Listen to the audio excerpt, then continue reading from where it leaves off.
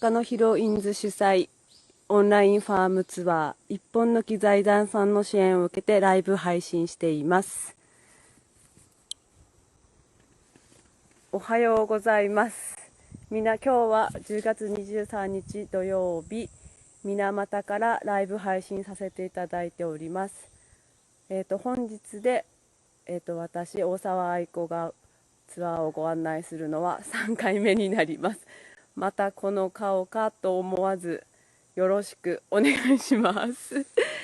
じゃあ今日もですね、また最初初めに来てる園児の紹介からまた同じ話をするかもしれませんが、よろしくお願いします。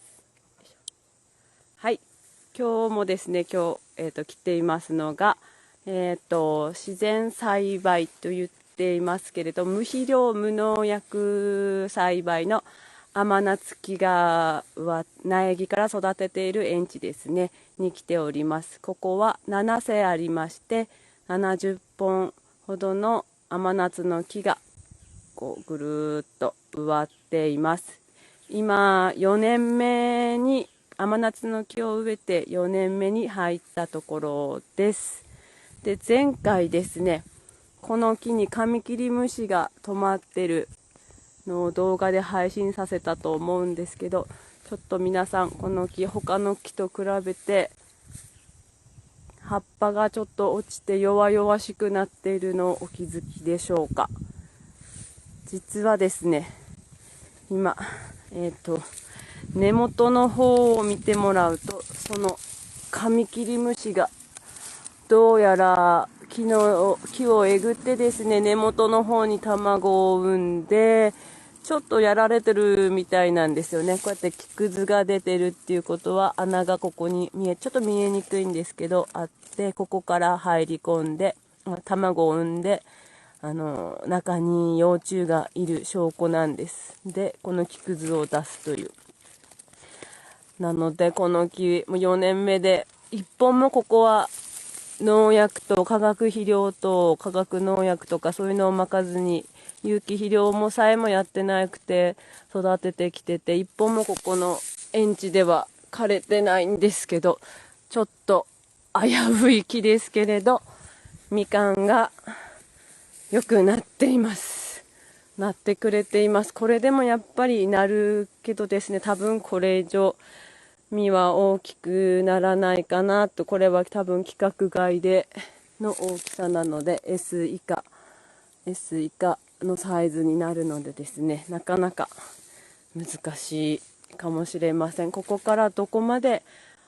自然の力で回復できるのか、私たちも手伝いながら見守っていきたいと思っています。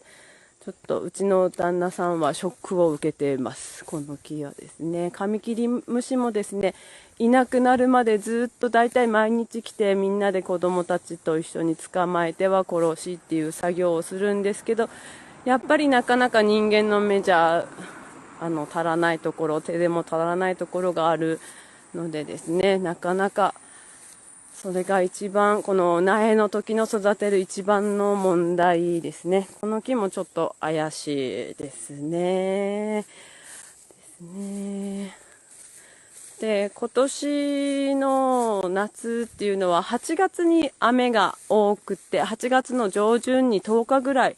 梅雨なのかって思うぐらい雨が降って、その後はもうほとんどカラッカラに雨が降らない状態が長く続いて、このみかんの木もどうなるかなって思いながらですね、私たちも見て、できるだけですね、手を加えないようにっていうか、自然の力で実ってほしいので、お水も冠水もやらないつもりだったんですけど、ちょっとやっぱり10月に入っても気温が高くて、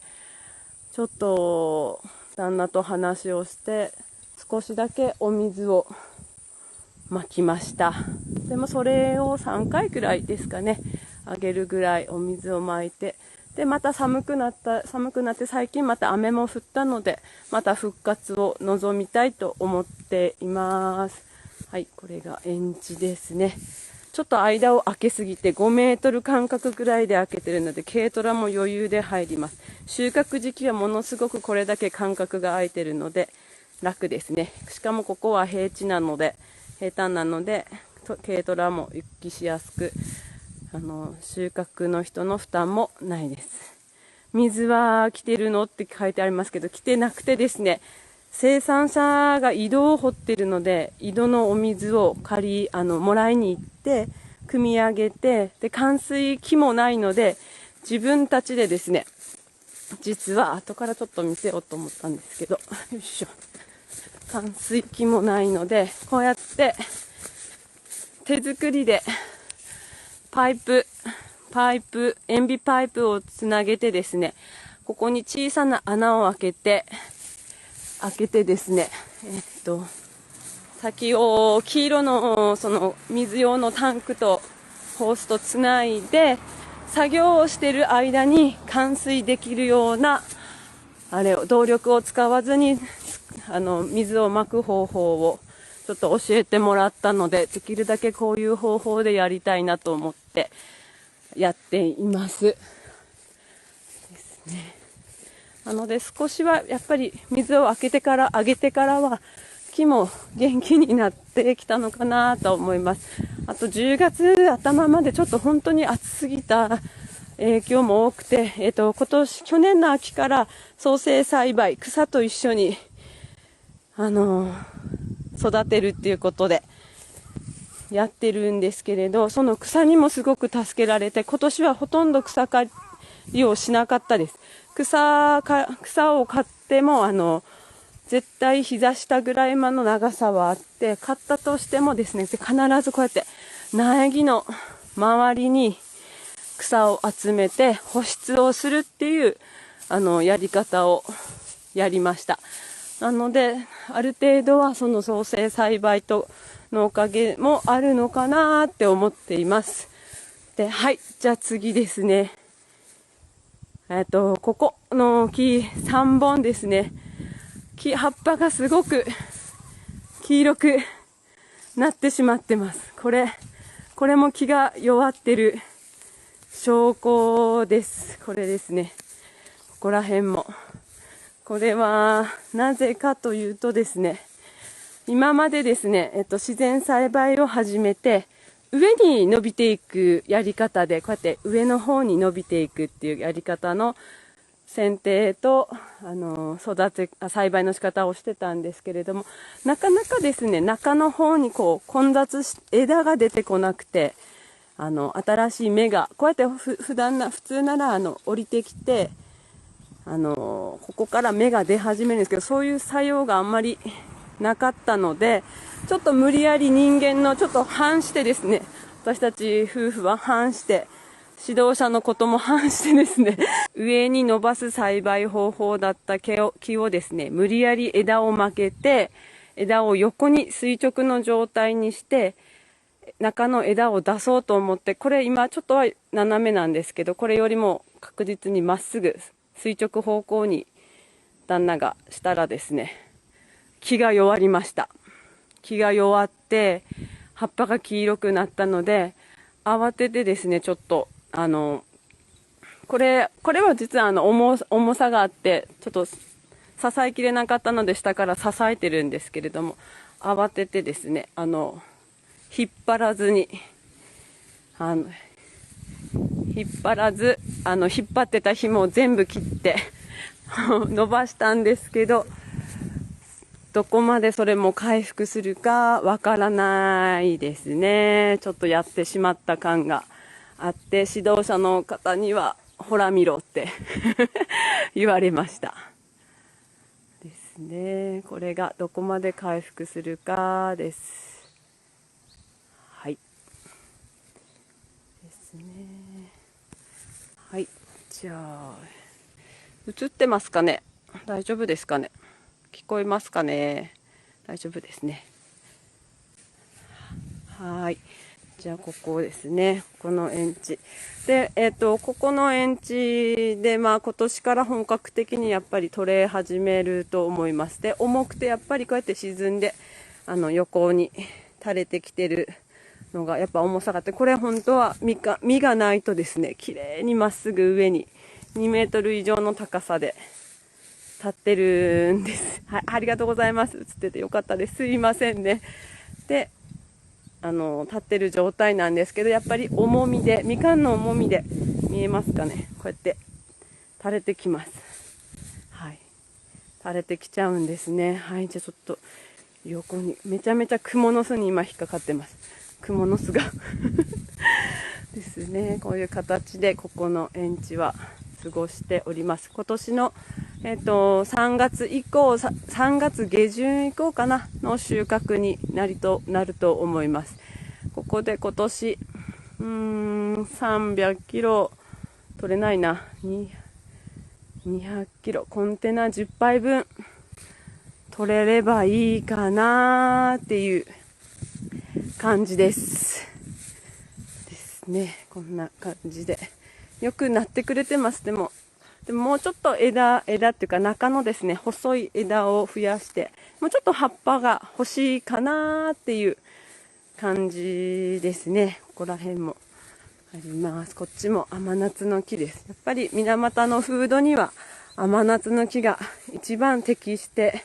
ます。強いし、ここの土地ではやっぱよく育ってくれてます。で、なぜか唯一ここにひっそり早生みかんを植えてました。すっかり忘れておりました。もう収穫時期です。これはい、後から、はい、購入の方法も案内させていただきます。まだ甘夏の時期はまだ先なんですけど、は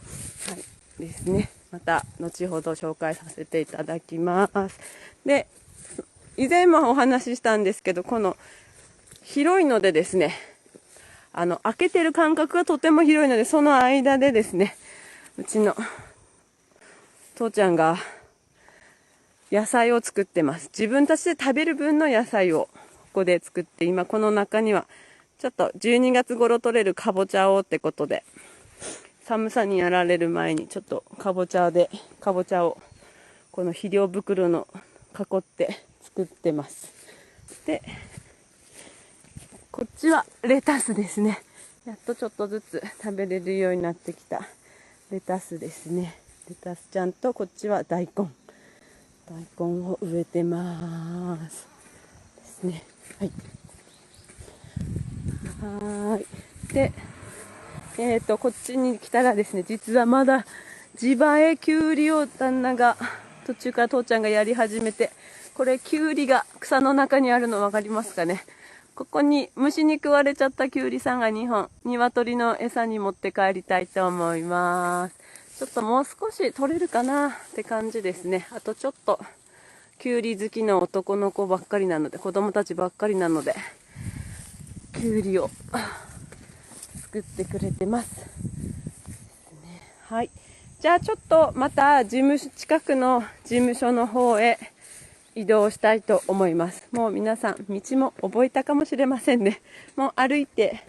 1分ほどで着きます。はい、ここが園地。はい、また来ます。ですね。はい。じゃあすいません。ちょっと家の景色になりますけど、ちょっと早歩きで行きます。今日はいい天気に恵まれて、朝からうちの父ちゃんと息子の一番上の長男は、中学校1年生はカヌーの新人戦で福岡に行って、子供たち、下の男の子2人は今日は学校があって土曜授業で学校に行ってます。で、一番下のかわいい姫は保育園に行ってます。なので今日は静かにお届けできてるかと思います。今度はぜひ乱入ありの旦那ありのライブ配信をしたいと思います。はい、じゃあここが事務所兼旦那の実家になります。道覚えたですね。確かにですね。はい、ここからたちの事務所と倉庫になります。はい、またサップが立ってます。今年は8月のとてもいい時期に雨が続いて荒れてしまってですね、なかなか思うようにいかなかったんですけど、その分10月に入ってもコロナもあってですね、なかなか動きづらかったんですけど、コロナもあって、で10月にまた未だにまだやってます。来週も30、31日土日と入ってます。本当に急に寒くなったので、先週の月曜日にちょっと撮影があったんですけど、その頃は海に入ってました。まだ全然冷たくもなく海に浸かってました。はい、これがサップ、一人乗りのサップになります。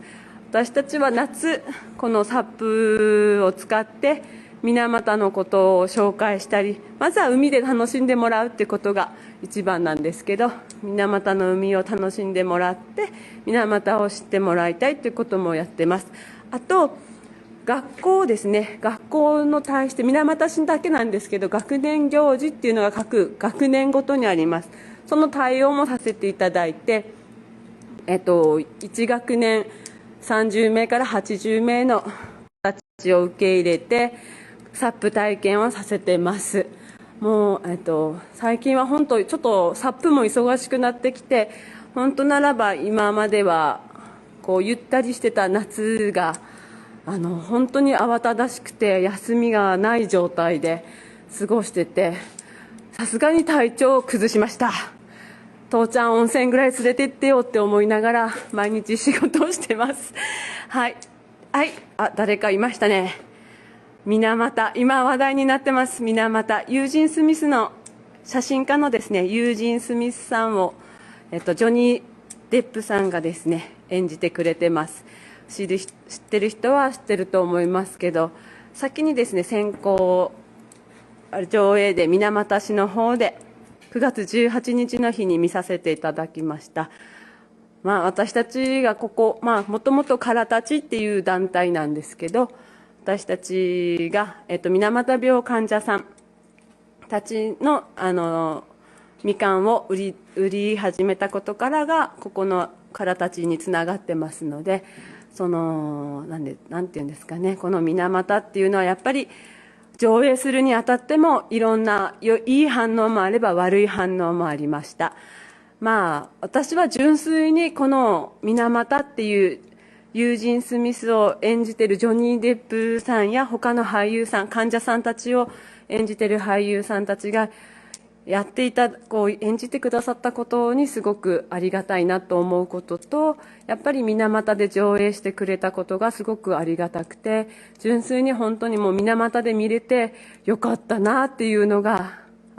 感想ですね。もう最初から最後まで私は子供が横にいるにもかかわらずずっと泣いてました。感動させられっぱなしで、やっぱり私たちの知らない世界っていうのがやっぱりここの映画にも秘められていて、やっぱり私も含め田舎のヒロインズさんたちもそうですけど、やっぱりお母さんっていう立場で考えさせられる部分がすごくやっぱりありました。はいですね。もうなんかあまりこの水俣に関してはもうなかなかもう見ていただくのが一番だと思うので、まだまだ上映は他の県ではやってるそうなので見ていただきたいなと。良きも悪きももうその自分が思ったのが事実ですので、その人その人によって事実は異なりますので、皆様のその感想をもし見られたら聞かせていただけたらなと思います。はい、じゃあ、事務所の中に今日は入らせて思います。今日ですね、実は今みかんの時期は甘夏は今収穫前で、今ちょうど何も早生みかんとかみかんはちょこっとは入ってくるんですけれど、からたちの仕事としてもあんまりゆっくり過ごしている時間帯で、甘夏の作業としてももう草刈りに行くぐらいなんですけど、もう寒くなってきたので草も伸びないのでゆっくりやらせていただいて、実はあんまり今回はみかんについてもネタがなくて、今回できれば自分たちが私たちからたちっていうやってるんですけれども、主にですね、甘夏みかんとかみかんのあれが多いんですけれども、はい、これが実はうちの商品になります。はい、じゃじゃじゃーんとこんだけ並んでおります。はい。で、うちの旦那さんは杉本水産っていう水俣病患者さんのですね、杉本水産さん、そこの方々は私たちのからたちにも甘夏を卸してくださってるんですけど、生産者でもあるんですけど、そこにですね、もともとはちりめん漁をされてる会社っていうかですね、ご家族なんですけれども、そこで、元尾君、うちの旦那さんは、手伝い人がちょっと船に乗る人がいないということで、手伝いとして運転もやい線っていうのを引かせてもらってます。でそれで取れた、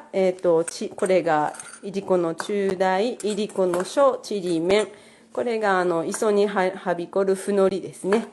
でこっちが釜揚げ白子、これがまた今取れるんですけど、すごい美味しいんですよね。もう釜揚げを茹でたてを皆さんに食べさせてあげたいぐらい、とっても私も大好きです。この1パック2パックぐらい1人で食べれます。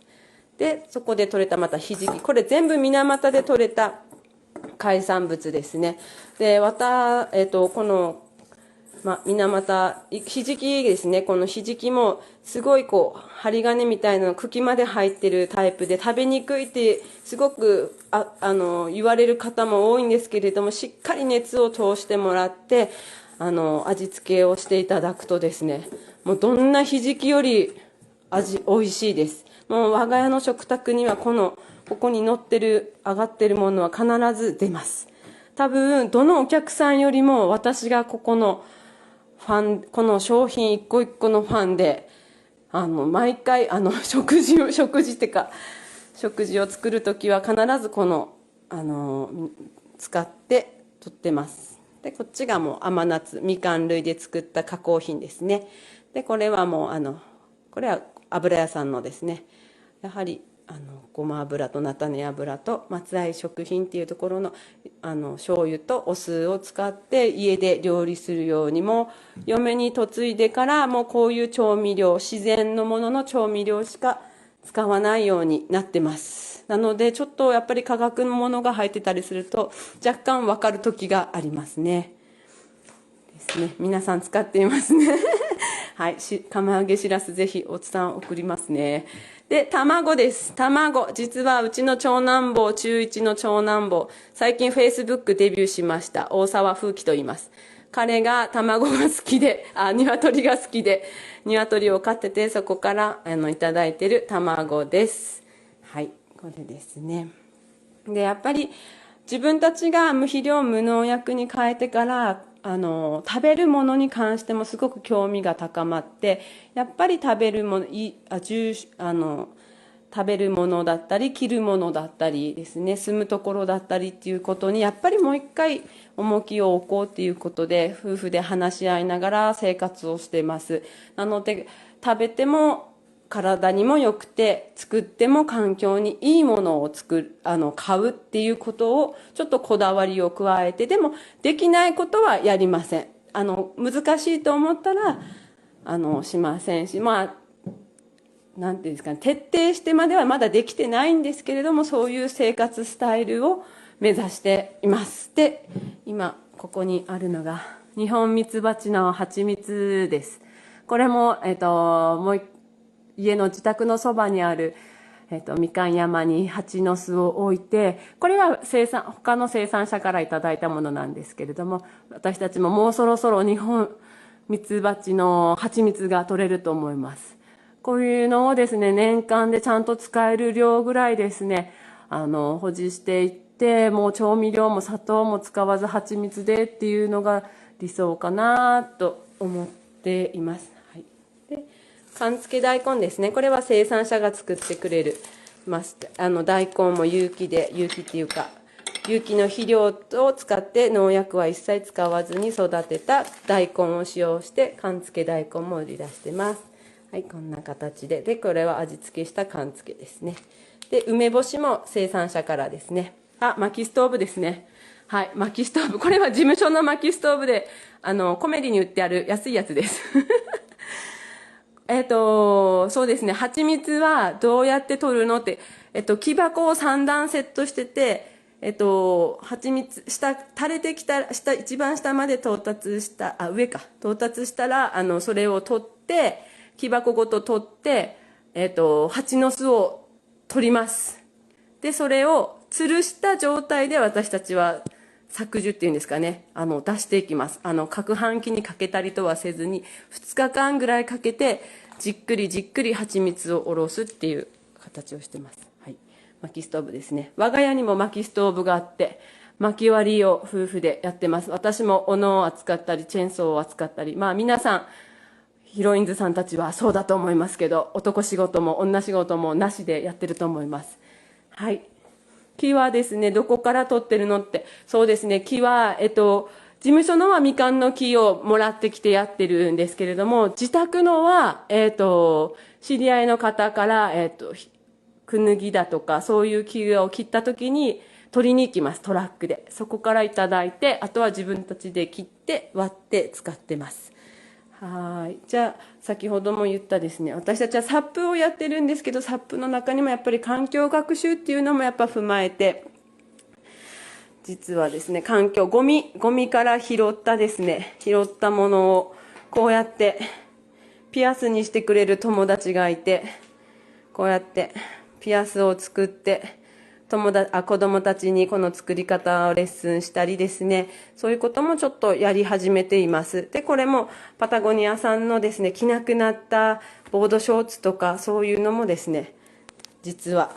やって、やっぱり着るものもですね大事にしたいっていうことと、あとはやっぱり自分たちが購入する会社に対してもどういう環境意識があるのかっていうのも自分たちで検索して、そこにやっぱりそこの商品を買いたいっていうことでやっぱりやってます。これ2つともリメイクした